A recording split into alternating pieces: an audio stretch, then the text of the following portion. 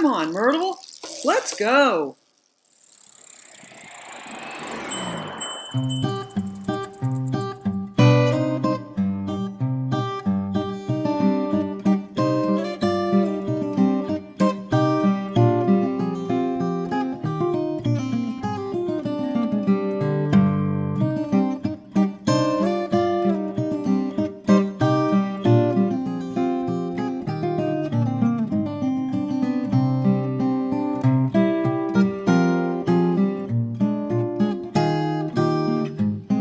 Lever and the red dial.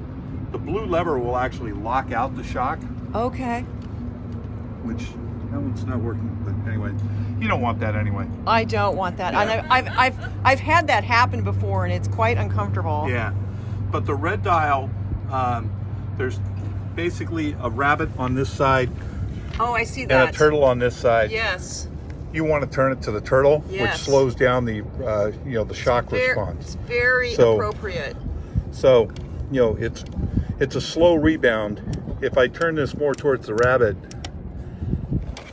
you can see it bounces back up really quickly. Oh, yeah, definitely. And so you want a more, controlled, especially with the heavy load. So we'll just turn it all the way, clockwise.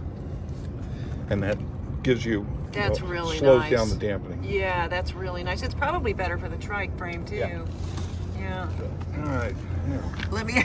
Should I help you with the? Oh, you're okay to put the.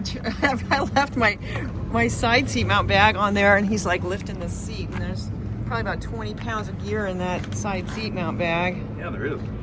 It's.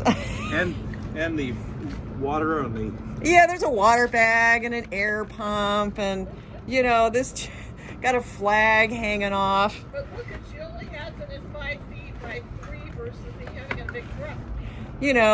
Paul's like, whatever. No problem. So that was a nice tutorial on how to use an air shock, how to make adjustments on the air shock, and he also is giving me the pump for the air shock, and these air shocks require a special pump, and so now I'm good to go with that. So Paul to the rescue. Woohoo!